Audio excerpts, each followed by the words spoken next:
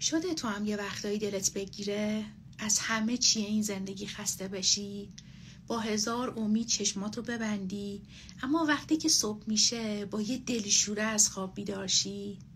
بر تو هم پیش اومده که تمام دنیا تو، تمام زندگی تو سرمایه گذاری کردی روی یه کار، یه رابطه، یه آدم، اما در اوج ناامیدی همه چیز خراب شد؟ بر تو هم پیش اومده که خیلی تلاش کردی برای زندگیت اما به بنبست رسیدی؟ میدونم تو هم مثل من تا الان زندگی کلی چالش رو تجربه کردی، اما امروز اگر اینجا همراه من هستی یعنی من و تو امروز اینجا قرار گرفتیم برای اینکه ماه زندگیمون رو پیدا کنیم و دنبالش بگردیم. وقتی میگم ماه زندگی منظورم یه مرد خوب یا زن خوب نیست، منظورم یه موقعیت شغلی که خیلی درآمد فوق‌العاده داشته باشه نیست، منظورم یه بچه‌ای که عصای پیریمون باشم نیست، منظورم پدر و مادری که یه زندگی خیرمون بسازن نیست. امروز میخوام در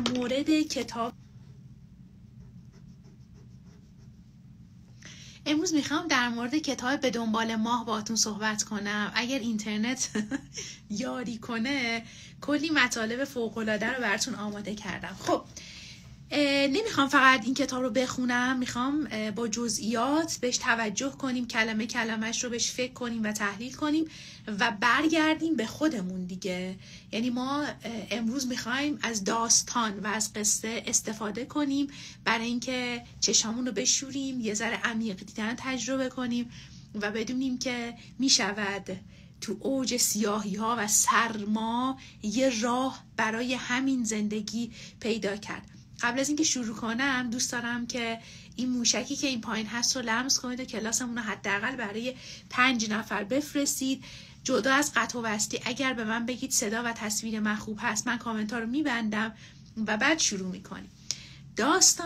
داستان یه سگ کوچولوه که توی جنگل گم میشه، توی طوفان پدر مادرش رو گم میکنه و حالا تو جنگل خیلی کوچیکه، تنهاست، میترسه. این جنگل فصل زمستونه و لحظه های سختی رو میگذرنه.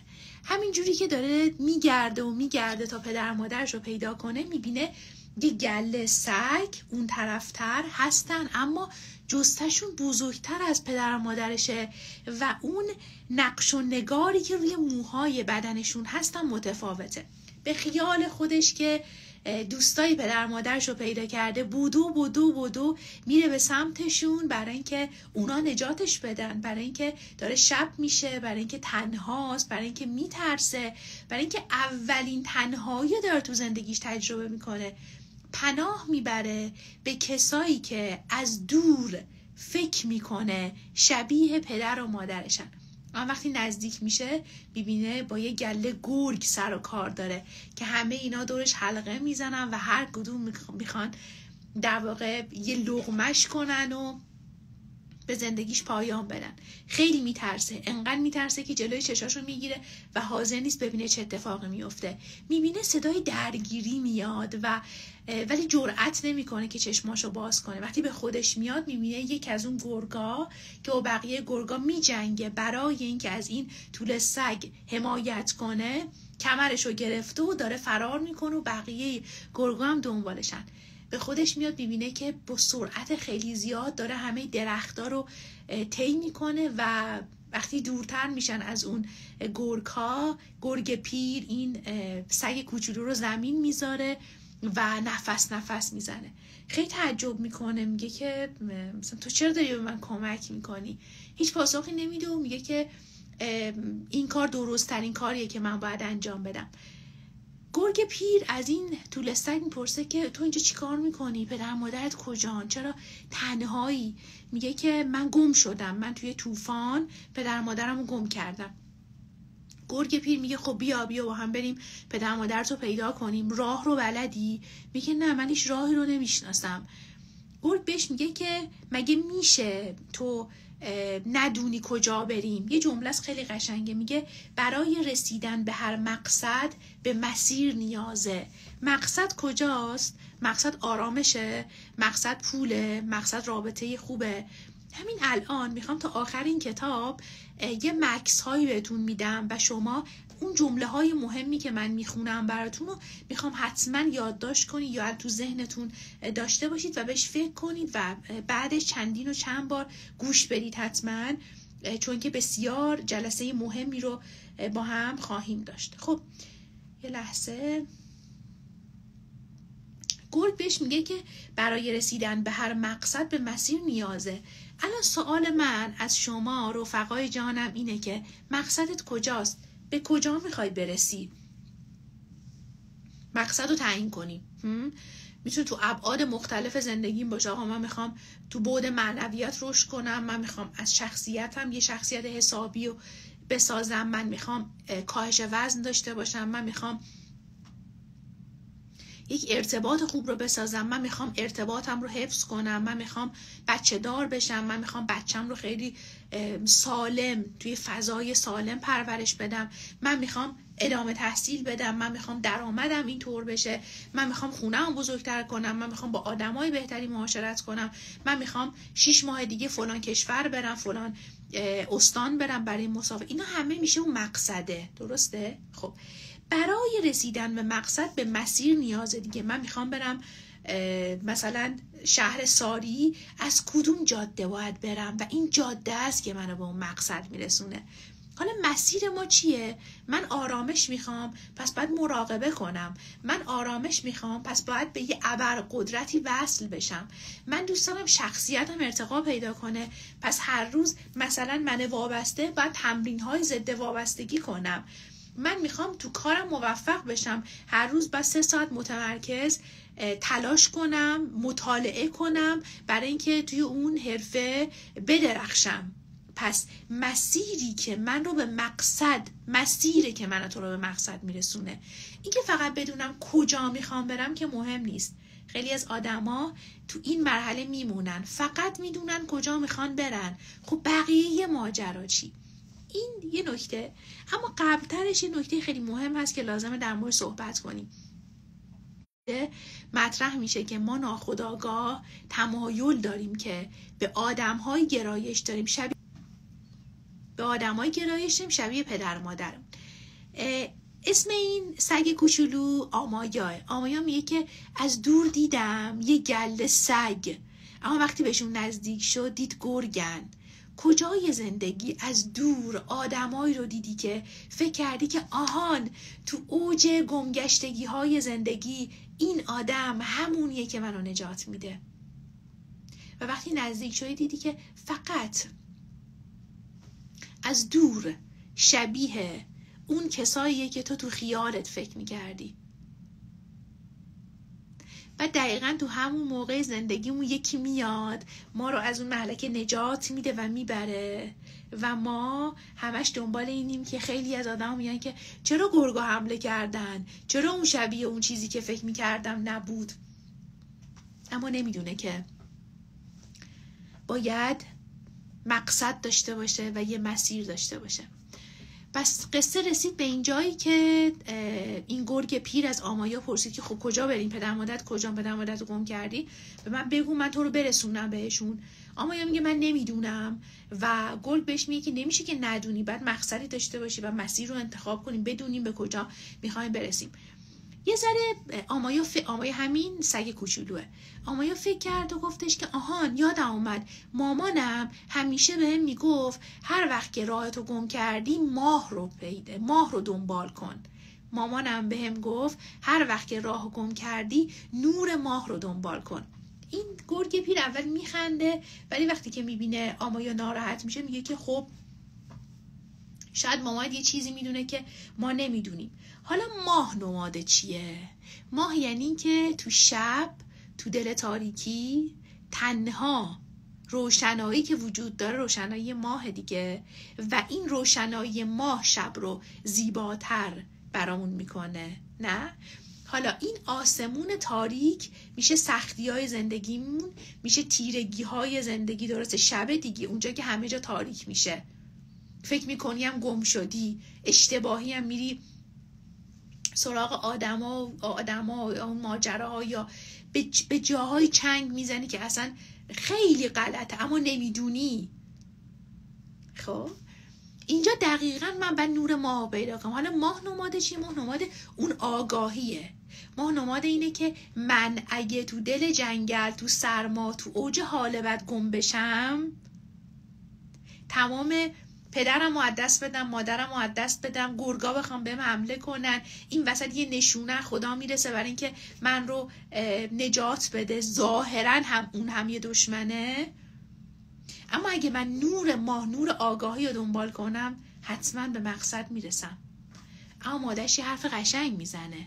مادر آمایا بهش میگه که اگه با تمام وجود نور ماه رو دنبال کنی، این نور ماه حتما تو رو به جایی میرسونه که باید برسونه. با تمام وجود یعنی چی؟ یعنی وقتی که میرم سر یک کلاس میشینم شک نکنم. وقتی دکتر بهم یه دارویی میده شک نکنم. یعنی با تمام وجود بخوام، حتی اون زمانهایی که شک میکنم باز هم حرکت کنم، چون خیلی وقتا راهی جز این نداریم. و دقیقا آمایای قصه ما هم دقیقا همین ماجراست. خب با هم حرکت میکنن به سمت اینکه نور ماه رو دنبال کنن. گرگ بهش میگه که خب شروع کنیم. آمایا میگه خب الان که خسته ایم چطور شروع کنیم؟ گرگ حرف خیلی قشنگی بهش میزنه که دقیقا با ملکه ذهنمون کنیم. گرگ میگه که تو هیچ وقت نمیدونی ابرها کی از راه میرسن و اون وقت آرزو میکنی که از فرصتی که داشتم ای کاش استفاده میکردم. ابر وقتی بیاد روی ماه رو بپوشونه دیگه نور ماهی نیست که بخواد دنبالش کنه دیگه. حالا گرگ پیر می‌دونی چی میگه؟ میگه ببین الان ما یه مشکل داریم، پدر مادرتو گم کردی، به نظر خودت هم آنچه که مامانت گفته راه حل نور ماهه. اگه همین الان دنبالش نکنم، این تاریکی هایی که در واقع نماد مشکلات زندگی ما هستن، این ابرها هم میاد روش، یعنی مشکل رو مشکل اضافه میشه، تو دیگه نور رو نمیتونی پیدا کنی. یعنی چی؟ یعنی همین الان هر مسئله‌ای تو زندگیت هست با حلش کنی. مشکل اعتماد به نفس داری، مشکل اضافه وزن داری، الان تو دوره دوستی با این دختر یا پسر تو ارتباطی، فکر نکن بعدن اوضاع بهتر میشه. نه، بعدن ابرها میان، این مشکلات بیشتر میشه و تو همون اون کورس نور و امیدی که داری، همون یه ذره راه حل‌هایی هم که جواب میده دیگه جواب نمیده. مثلا تو رابطه فکر میکنن که اگه قهر کنن طولانی اوضاع بهتر میشه، اما هیچ وقت فاصله ها درمان نمیکنه. یعنی اون لیوان چای و اون یه شاخه گل اگه یه هفته پیش جواب میداد، امروز دیگه جواب نمیده. پس این یعنی چی؟ اینجا میخوام چی بنویسی تو دفتر دوست ارزشمند من؟ این جمله گرگ رو بنویس که تو هیچ وقت نمیدونی ابرا کی از راه میرسن. ما واقعا نمیدونیم فردا چه اتفاقی میفته. پس الان کاری که باید انجام بدم رو انجام میدم. مکس میخوام بکنم 20 ثانیه و تو فکر کنی با خودت کدوم مسئله است که همین الان باید بری سراغ حل کردنش. کدوم مسئله تو گذشتت بوده که حلش نکردی و بزرگتر شده. یه ذره بهشون فکر کن.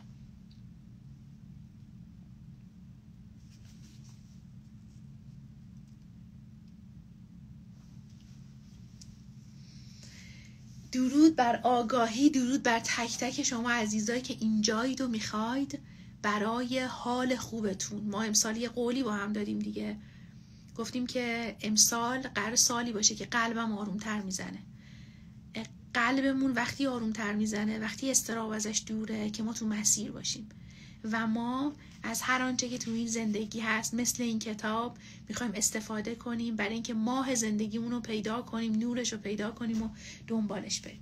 خلاصه حرکت میکنن، آمایا و گرگ حرکت میکنن و گرگ زخمی شده، پیره و توان خیلی زیادی نداره، اما با همه وجود میخواد به این بچه کمک کنه و نمیدونم که چرا داره این کار انجام میده. آمایا ازش میپرسه که کیا بودن، بقیه گرگا چه نسبتی با تو داشتن؟ گرگ میگه که من رئیس اون گله بودم، تو خیلی از شادی ها، شکست ها، موفقیت ها کنارشون بودم، ولی امروز برای نجات تو روبرو همشون وایسادم و جنگیدم. اریکسون یه نظریه خیلی جالب داره. وقتی مراحل رشد رو تعریف میکنه میگه تو مرحله رشد هر کدوم از ماها یه مرحله هست به نام زایندگی در برابر رکود. میگه تو این زمان همه آدم ها نیازشون اینه که یه کار مهمی انجام بدن. این زایندگی فقط این نیست که من مادر شده باشم و بگم خب حالا مادر شدم، ازدواج کردم، بچه دار شدم، یعنی من احساس رکود ندارم. نه، یعنی که من یه کاری برای این دنیا کرده باشم.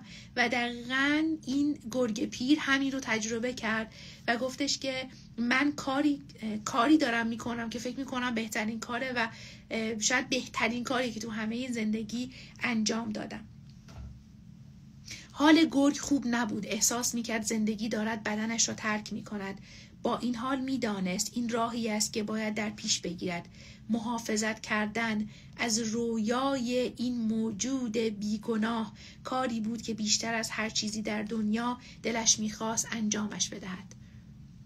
حاضریم از خودمون آدمی بسازیم که جدا از نجات خودمون، جدا از رشد و ارتقای خودمون، برای اطرافیانمون بشیم همون موجودی که دستشونو بگیره و نجاتشون بده. گرگ پیر بند ناف و پاره کرد. آیا حاضریم یه جا، نمیگم روبروی آدمای زندگیمون وایسیم، نه، یه جا اون سبک زندگی پدر و مادرمو من نداشته باشم؟ حاضری بری برای رابطت سواد یاد بگیری برای اینکه مدل پدر و مادر تو رابطه امروزت نباشی؟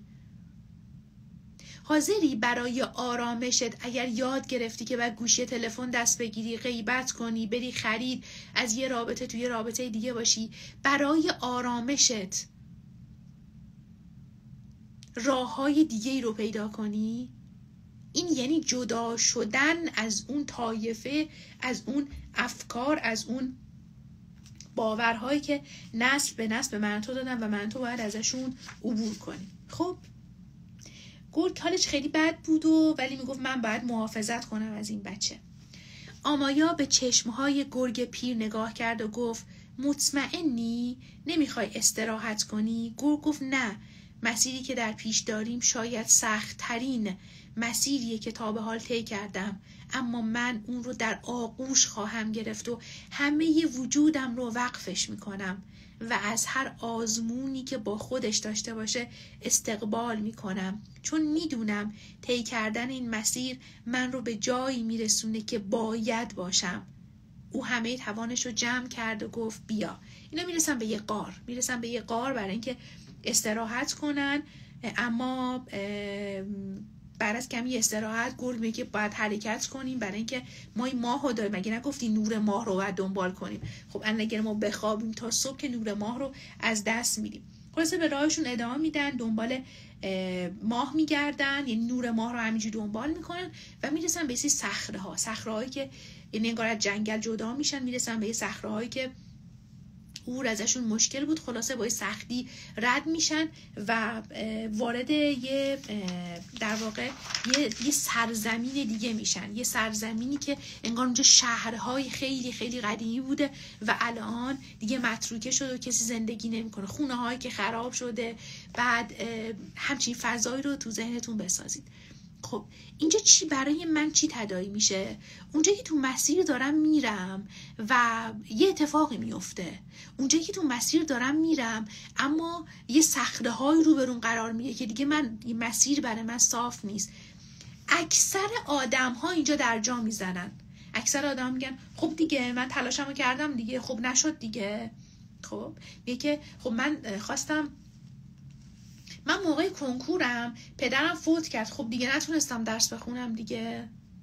خب من خواستم یک رابطه خوب رو بسازم اما به خاطر فلان اتفاق نتونستم دیگه. یعنی همش بهانه هایی که واقعا وجود دارن. اصلا من نمیخوام بگم این اتفاق ها رو منکر بشیم، نه به هیچ عنوان، اما این اما داره دیگه. اماش اینه که خب مگه ما نگفتیم که یه مقصد داریم؟ مگه ما نگفتیم برای رسیدن به این مقصد باید یه مسیر رو انتخاب کنیم؟ خب موانع همیشه وجود دارن. این که من و تو موانع رو رد شیم ازش، این هنر رو داریم و این هنر رو باید داشته باشیم. یعنی اصلا تو دل مشکلات به این فکر کن، راه حل دیگه چیه، چی کار دیگه میتونم بکنم. تموم شد. چرا تو رابطه نیستی؟ 2 بار تو رابطه رفتم جدا شدم. مردا همشون بدن.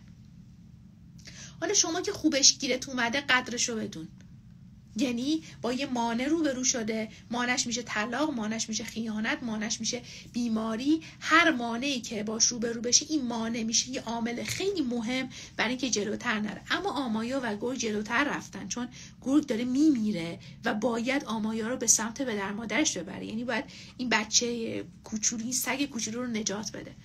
میرسن به در واقع سرزمین و انگار یه شهر خیلی قدیمی که سالهاست ویران شده. میدونی نوماد چیه؟ نوماد گذشتگان ماست. یعنی اگر من و تو بخوایم امروز به مقصد اون برسیم، مگه میشه به گذشته نگاه نکرد؟ مگه میشه یک نگاه تکاملی نداشت؟ مگه میشه اصلا به گونه انسان توجه نکرد؟ که وقتی به گونه انسان توجه کنم میگم آقا این زندگی درد و رنج‌های زیادی دارد. خب وقتی توجه کنم میگم که آهان این چیزها از اون نسل‌های گذشته به من رسیده، حالا یه بخشش طبیعیه، حالا من با آگاهی باید بیام بخشایی از این رو تغییر بدم. وقتی که آمایا و گرگ پیر میرسن به سرزمین ویران شده، این فقط یه قصه نیست، این یعنی که من و تو برای در مسیر دنبال کردن ما بیشک به رد پای گذشتگانمون میرسیم، به همون فرهنگ، به همون تفکرات قالبی که مردا اینطورین، زنا اینطورین، ترکا اینجورین، لورا اینجورین، نمیدونم، همه اینا به ما داده شده و ما اتفاقا باید به اینا توجه کنیم و به میزانی که به اینا توجه میکنیم بالغمون اینجا فعاله. خب و حالا من با عقل و منطق و خرد خودم میام چیزهایی رو میگیرم که درست تره. یعنی من دیگه قربانی گذشتم نخواهم بود. یعنی در مسیر ماه، یعنی نور ماه رو دنبال کردن، یعنی از همه این تاریکی ها عبور کردن. خب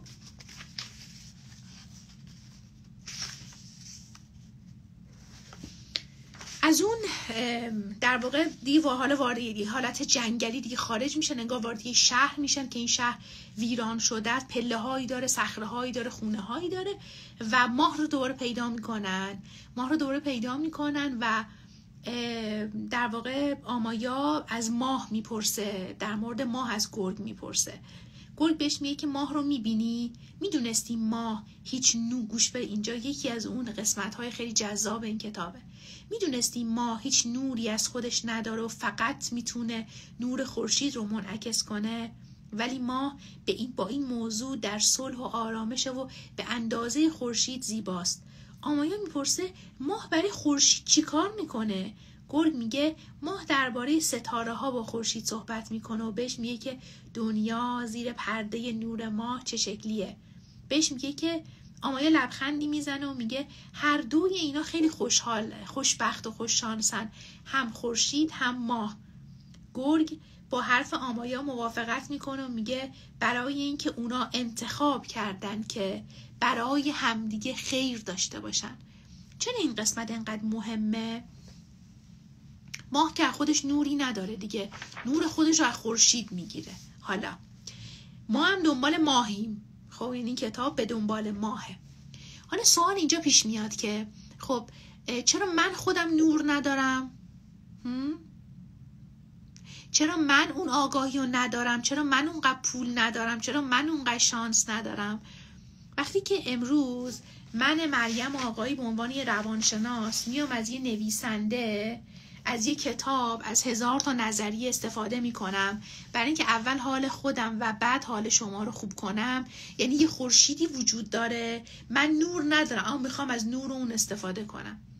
خب یعنی چی؟ یعنی اونجا که یه آدم موفق میبینم، به جای اینکه پشتش صفحه بذارم که نه بابا دزدی کرده و ما مگه اون مدلی تو رابطه و لباس میپوشیدیم و اونقدر مرزها رو کنار میذاشتیم، ما هم الان فلان جا بودیم و اون که وصله و 1000 تا از این داستان ها، میگم که بذار اون آدم رو خوب نگاه کنم و ازش یاد بگیرم. با اراده بود، تلاش کرد. اصلا نمیشه خوششانسی فقط باعث و بانی تمام موفقیت های ما باشه. وقتی به این قسمت کتاب رسیدم یاد یه دوره از تحصیلم در مدرسه افتادم که دختر مدیر مدرسه هم کلاسی ما بود. یه دختری بود که واقعا به لحاظ هوشی ضعیف بود، اما خب دیگه مامانش مدیر بود و یه اعتبار خیلی خوب تو منطقه داشت و اینم بود همیشه نمره های خوب داشت، حتی اگه برگشتم سفید میداد. ازش خبری ندارم، اما مطمئنم وقتی که از اون در واقع اون مدرسه، اون دبستان، اون راهنمایی، اون دبیرستان بیرون، یعنی اونجایی که دیگه در واقع مامان بالا سرش نباشه، خودش به تنهایی با وجود اعتبار و امتیازی که مامان میده خودش نمیتونه از جاش بلند شه، خودش نمیتونه کاری کنه. مامان تا یه جایی نمره قبولی رو پاس میکنه. من با تمام وجودم ایمان دارم که فقط شانس نیست، اینکه فقط خانواده فلان و آدم فلان سر راهش قرار گرفت نیسته. خود من و توییم که در حتی با اون شانس چطور برخورد میکنیم، حتی با اون موقعیت چطور رفتار میکنیم.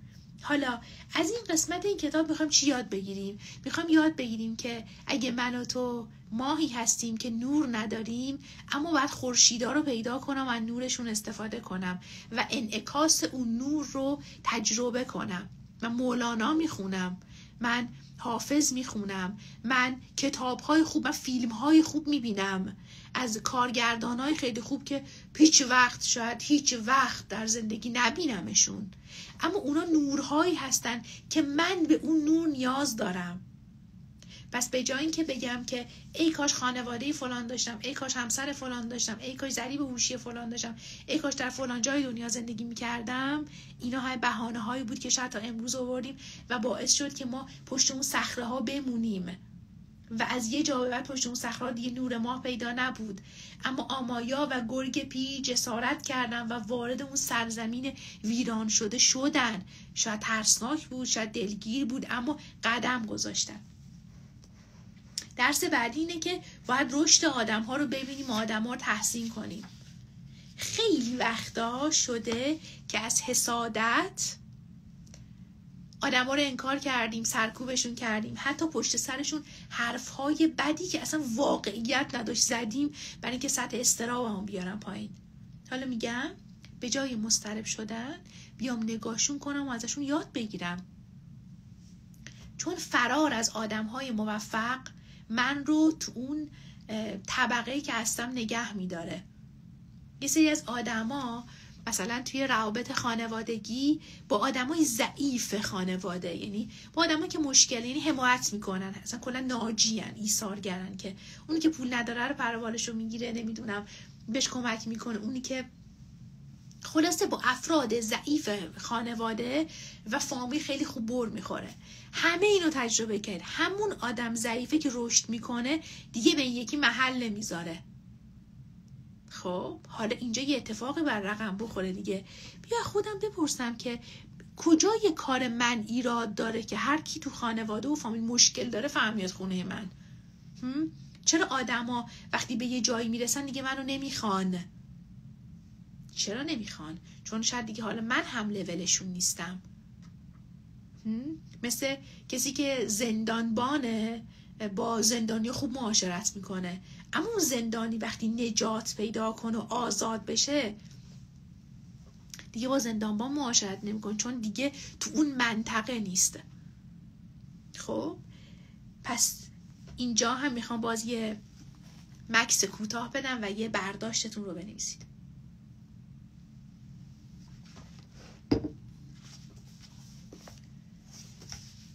تازه صفحه 50 کتابی ما. کتاب چند صفحه است؟ کتاب 170 و 77 78 صفحه است. خب اینجا دوباره گرگ در مورد گروهش صحبت میکنه و میگه که آره من با گروه هم جنگیدم، چون میدونستم کاری که دارم برای تو انجام میدم کار درستیه. ببین رئیس یه طایفه است، رئیس یک گروه، رئیس یک قبیله است، تو لحظه های آخر زندگیش ورق بازی رو عوض میکنه. خب من یه درسی رو خیلی خوب تو زندگیم گرفتم که آدم‌ها رو واقعا قضاوت نکنم. خب مثلا یه کسی اهل نماز خیلی مذهبیه، اون آدم بی‌حجابه رو ناخودآگاه بعضیاشون میگن که نگاه کن این چه وضعیونه، نه آخر عاقبتش رو خدا به خیر کنه. من اینو واقعا با تمام وجود تلاش میکنم که زندگیش کنم که هنوز که زندگی اون آدم تموم نشده، به ظاهر به نظر تو اون آدم بازنده است، اما شاید آخر ماجرا اون یه حرکتی بزنه که کل بازیش عوض بشه و تو بازی رو ببازی، به خاطر اینکه همش داشتی دیگران رو قضاوت میکردی و در موردشون صحبت میکردی. پس واقعا اجازه نباید به خودمون بدیم که در مورد آدم ها نظر بدیم که کی خوبه و کی بده و کی فلان میشه و اصلا بزرگ بشیم دیگه. تو سال جدید این تمرین ها رو انجام بدیم که دیگران رو قضاوت نکنیم. راهش غلطه، با تمام وجود براش دعا کن. راهش غلطه، تا جایی که میتونی مستقیم و غیر مستقیم بهش کمک کن. که بشینی و نمیدونم قضاوت کنی، این کار آدم های ضعیفه. خب آمایا بهش میگه که خب خیلی ممنونم که با من تو این سفر اومدی. گرگ میگه که بزرگترین سفرهای بزرگ اون سفرهایی هستن که با دیگران همراه باشیم. من میتونستم این کتاب رو تنها بخونم و برای خودم باشه، اصلا در مورد صحبت نمیکنم بچه این کتاب خوبیه، اما وقتی دارم در مورد جمله‌اش با شما صحبت میکنم، یعنی که این سفر رسیدن به ما زمانی جذابه که با دیگران باشی. اونجایی که میگم دوستای خوبم مثلا این فایل خیلی خوبه، منتشرش کنید. من امروز تو کانال تلگراممون براتون یه مراقبه خیلی خوب و 20 دقیقه‌ای ضبط کردم. گفتم که نوشتم بچه‌ها دوست داشتی، به دلتون نشست، هم گفتم هم نوشتم که منتشرش کن. این یعنی چی؟ یعنی سفر تنهایی مزه نمیده که من، یارام، خانواده‌ام، رفقام، هرچی تعداد اون بیشتر باشه این سفر بیشتر به هم میچسبه. پس اگرم آخر این کلاس حسن همین الان اگر که این مطالب براتون جذابه، لطفاً این موشک رو لمس کنید و منتشرش کنید. آگاهی رو منتشر کنید، واقعا آگاهی رو منتشر کنید. حتما بعد از لایومون عزیزانی که حاضر هستن یه جمله از این کتاب رو حتما منتشر کنید. بگید که دکتر مریم آقایی هست، عاشق آدماست و میخواد که همسفراش رو در رسیدن به ما بیشتر کنه. بیای تو این جمع، چون در سال 1404 قراره کلی آموزش های بی‌نظیر رو با هم تجربه کنیم. این میشه سهم من، این میشه سهم تو، حالا چه بخوایم انجام بدیم و چه نخوایم انجام بدیم. خب از اون شهر ویران شده رد میشن، دوباره به جنگلی میرسن. اما وقتی وارد به جنگل، اینجا خیلی قشنگه، وقتی به جنگل میرسن همه جا خیلی تاریکه. اجازه بدید اشتباه نکنم، یه چند تا نکته دیگه هم بهتون بگم. اون قسمتی که در مورد ماه و خورشید بود خیلی قسمت جذابی بود. گرگ مثالهایی رو برای آمایا میاره. یه ذره جلوتر میرن، آمایا میگه وای این گلا چقدر قشنگه. گرگ میگه که مگه همه جا تاریک نیست؟ اما میدونی چی این گل رو داره روشن میکنه؟ اون کرمهای شبتابن که داره این گل رو روشن میکنه. حالا میدونی برداشت من از این قسمت این کتاب چیه؟ من یه زیبایی دارم، خب هممون یه توانمندی هایی داریم، اما خیلی وقتا توانمندیامون خبردار نبودیم. مثلا اینکه ما چقدر خوب میتونیم مدیریت بحران کنیم، اتفاقا من چقدر خوب میتونم مستقل باشم، اتفاقا من چقدر با تمام درد تونستم مثلا پس اون بیماری بر بیام. درخشان شدن یه گل، یه زیبایی زمانی پیدا میشه تو دل شب که یه نوری باشه. اما همیشه نورهایی که به ما میتابن نورهای در واقع خوبی نیستن. یه آتیش، یه شعله آتیش میتونه یه غذای مرغ رو بریون کنه و بپزه و خوشمزش کنه، میتونه یه سرزمین رو به آتیش بکشه. حالا میخوام چه برداشتی داشته باشم؟ میخوام بگم که اگه تو تاریکی های زندگی یه کسی اومد ظاهراً به تو ضربه زد، اما کنار اون ضربه بخشی از تو رو روشن کرد که خانم خیلی شما وابسته ایدا، خانم تو خیلی نیازمند و درمانده یک رابطه هستی یا آقا شما به خاطر اینکه پول بیشتری به دست بیاری حاضری صمیمی‌ترین رفیقت هم بفروشی. یا مثال میزنم، اون در واقع یه چراغی بود تو صورت من که یه بخشی از من رو روشن کرد. حالا میخوام بگم که این ضربه ها، این فلاش هایی که مثلا روشن میشه یهو و تو دیدی نور زیاد، ما تو تاریکی باشیم میگیریم صورتمونو، چرا به اونا توجه نکنم و ازشون استفاده نکنم؟ بذارین این قسمت رو براتون بخونم. گرگ پرسید این گلها رو میبینی که دارن توی اون گوشه تاریک رشد میکنن؟ بدون کرمهای شبتاب نمیتونستیم اون گلها رو ببینیم. بعضی وقتا حضور یک نفر دیگه است که به ما اجازه میده بدرخشیم. آمایا اگه این موضوع رو به خاطر بسپری به تو کمک میکنه زمانی که یک نفر دیگه رشد میکنه دلخور و خشمگین نشی، بلکه از این ماجرا استقبال کنی و برای اون آدم خوشحال باشی. موهبت‌های یک نفر دیگه میتونه کلید گنجینه موهبت‌های ما هم باشه. خب میخوام برداشت تو بنویسیم.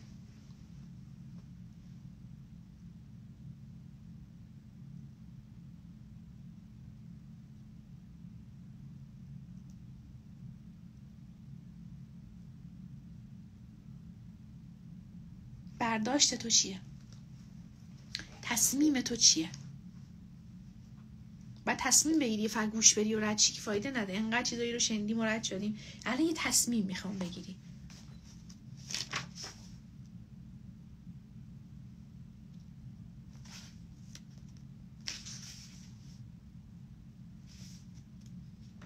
خلاصه از اون سرزمین ویران شده بیرون میان و میرسن دوباره به جنگل.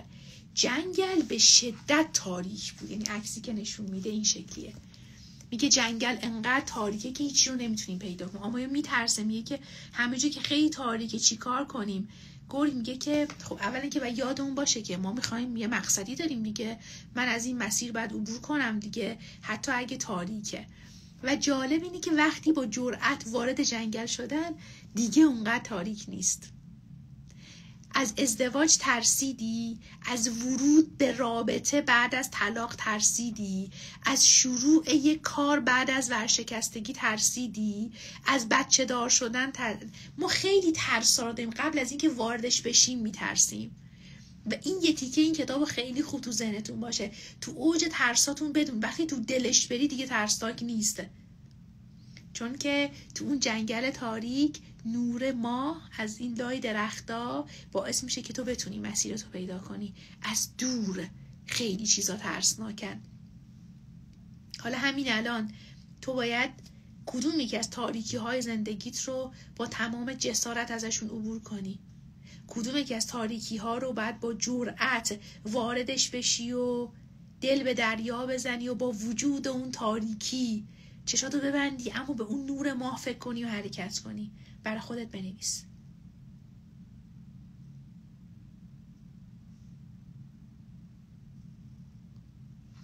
گرگ گفت تو نباید فقط مسیر رو دنبال کنی، نباید فقط مسیر رو بپذیری، باید بدون توجه به سختی ها اون رو در آغوش بگیری.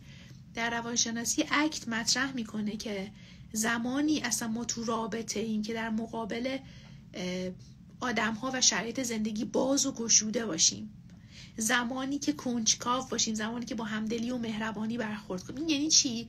یعنی که من تو سختیم، این که سختیه رو باهاش روبرو نشم که اصلا کاری نداره. خب من میترسیدم اگه راننده بخوام بشم ممکنه تصادف کنم، پس هیچ وقت راننده نشدم. خسته نباشید. درسته؟ من گفتم اگه ازدواج کنم ممکنه طلاق بگیرم، پس هیچ وقت ازدواج نکردم. خسته نباشید. من گفتم اگر برم مثلا یه سرمایه گذاری کنم ممکنه شکست بخورم، پولم از بین بره، پس هیچ کاری نکردم و ارزش پولم به شدت کم شد. خسته نباشید. تو همه مسیرها سختی هست، اما من اصلا با گشودگی میخوام به استقبال این سختی ها برم. یعنی چی؟ یعنی من میدونم ازدواج مسائل خودشو داره، بچه دار شدن مسائل خودشو داره، کارآفرین بودن مسائل خودشو داره، کارمند بودن، نمیدونم توی آپارتمان زندگی کردن، ماشین داشتن، تو تهران زندگی کردن، تو ترافیک، همه اینا چالش های خودشو داره. پس این که شروع نکنم که کار خاصی نیست، یعنی از من حفاظت نمیکنه. اتفاقا ببین یه جای کتاب خیلی قشنگ، حالا نمیدونم کدوم صفحه است، میگه که گرگ آخر داستان به آمایا یکی از حرفای مهمش اینه که ببین اصلا این که به ماه برسیم و اینا مسئله اینه که تو همین قدم هایی که هر لحظه من تو برمیداریم چی میشیم. خب این که آخر این ازدواج چی میشه اصلا به اینا فکر نکن، چون من به آخرش امروز داره میسازه. اما اینکه من امروز چه مدل بودنی رو دارم و خودم نشون میدم مهمه. من امروز رو فقط دارم. اینکه آیا من کنکور قبول میشم یا نه رو بذار کنار. اینکه من امروز چجوری مطالب رو بخونم که به جونم بشین و واقعا بفهمم که اون نظریه، اون فلسفه، اون در واقع اون فرمول ماجراش چیه، اونه که من رو در واقع داره میسازه.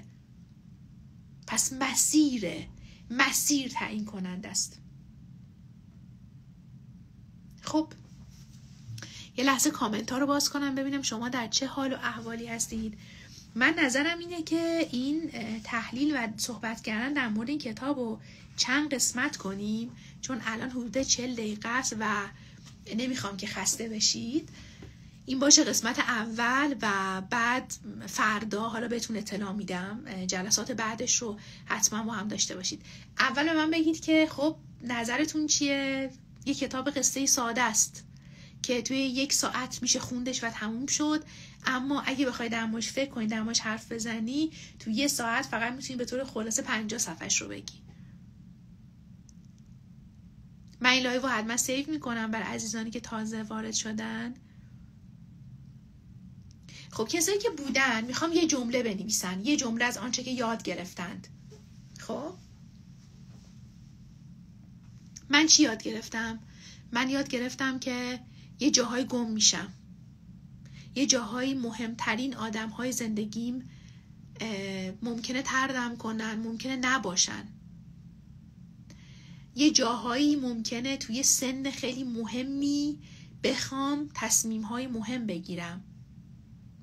من از این کتاب یاد گرفتم که تو اوج تاریکی ها میشه نور پیدا کرد، اما به شرط اینکه وارد شد تو اون تاریکی ها.